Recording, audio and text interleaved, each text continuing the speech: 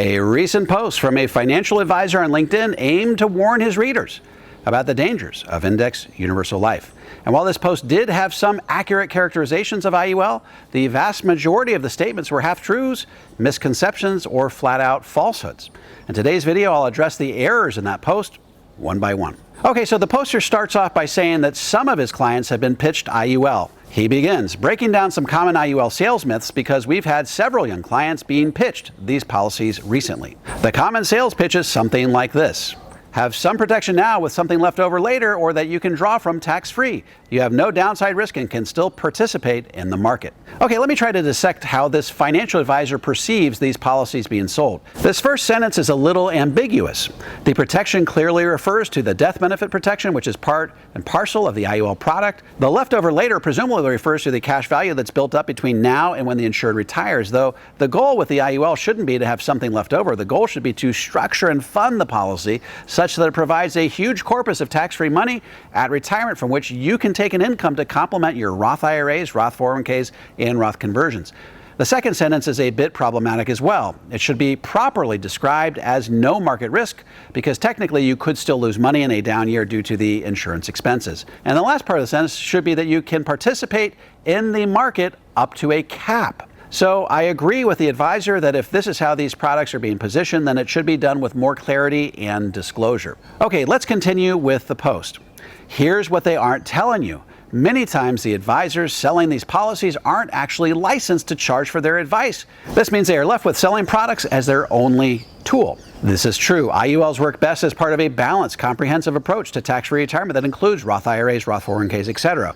If all you have is a life insurance license, you are not likely giving balanced advice to your client.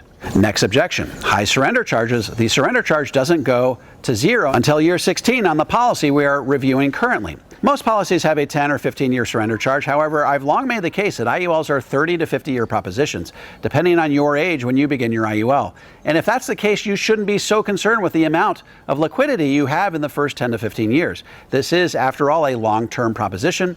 Furthermore, if we were really all that concerned with liquidity, none of us would fund traditional retirement alternatives such as 401ks or IRAs, both of which have taxes and penalties prior to 59 and a half. Let's continue. The surrender charges come because of high commissions to the agent selling the product.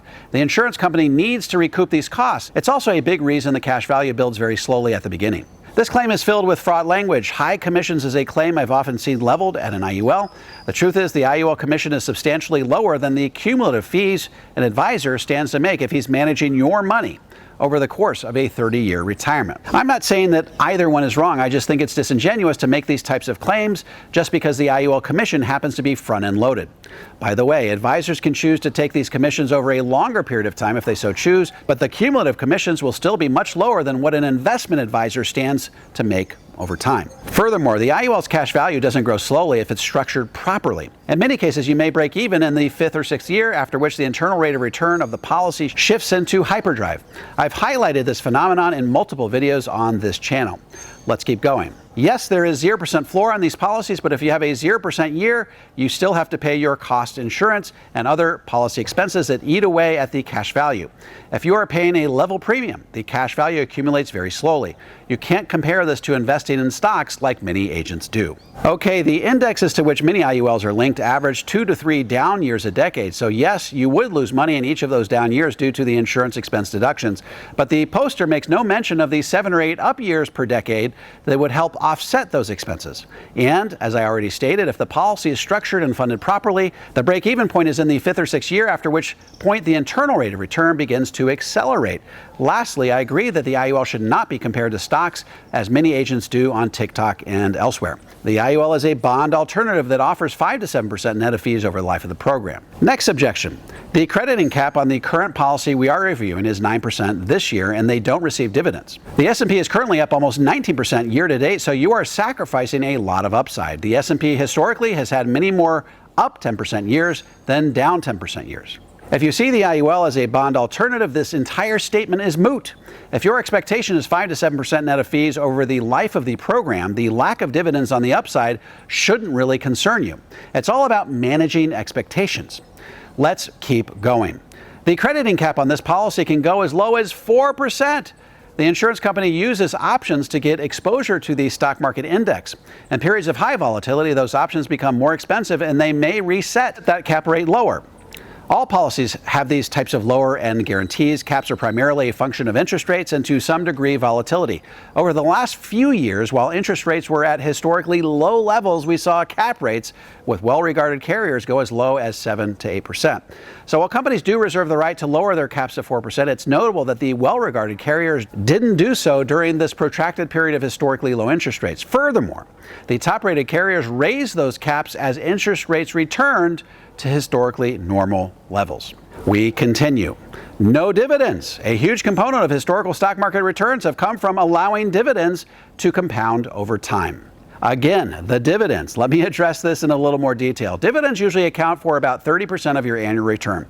So let's say you have a 12% cap and the S&P returns 25%. If you subtract 30% from that 25% return, that leaves you with 17.5%. So with a 12% cap, you weren't really affected by your inability to participate in those dividends. You still receive the full 12% credit. And once again, if you focus on the IUL as a bond alternative, not a stock alternative, the whole dividend discussion fades into the ether. And lastly, if someone has given you all this information and you decide the policy still makes sense given your financial situation, then that's completely fine. But make sure you're making the decision with all the facts in hand first. I agree that you should make your decision about IUL with all the facts in hand. The question is, from what source are you getting your quote-unquote facts? I would recommend 2 litmus tests. First, get your facts about IUL from someone who has years of experience recommending IUL, who understands the minutia and nuance of these products. The main IUL naysayers I've observed online and elsewhere make crucial errors in their critiques that betray a misunderstanding of how IULs work. I've documented those errors in at least a dozen videos on this channel. Secondly, get your facts from an advisor who doesn't solely recommend IUL as a retirement solution. These types of advisors are most likely to overstate the case for the IUL and recommend it in contexts where it shouldn't really be recommended. That may be what this original poster is reacting to. Your fact source should be an advisor who's all in on Roth IRAs, Roth 401ks, and Roth conversions as part of a balanced, comprehensive approach to tax-free retirement. Folks, in the next 10 years, I'm looking to put 100,000 Americans on the road to the 0% tax bracket. If you'd like some help getting on the road to a tax-free retirement, be sure to check out my tax-free toolkit. You can download it for free at taxfreetoolkit.com. If you're a financial professional and want to learn how to become a certified Power of Zero advisor, head over to powerzero.com and opt into my free 3-part video series. By the way, if you have any comments or questions, feel free to drop them into the comment section below. I respond to every single one of them personally. And don't forget to click like, subscribe, and the bell so you never miss a video. This is David McKnight. I look forward to seeing you on the next video.